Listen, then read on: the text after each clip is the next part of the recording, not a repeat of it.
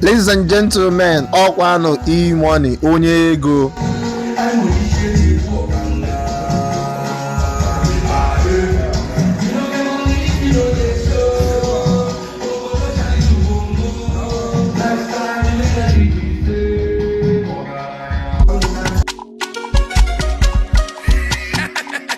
Nwoke dịgodo ọcha, money is talking, money na water. Dangling billionaire, daddy dangler.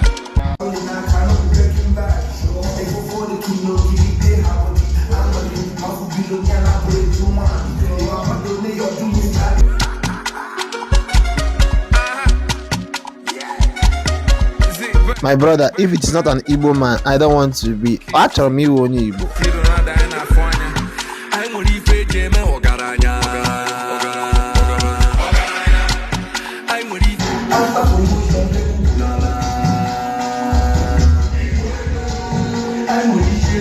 If an Igbo person comes out, you know that this person is an Igbo person because ego ga na-esi isi.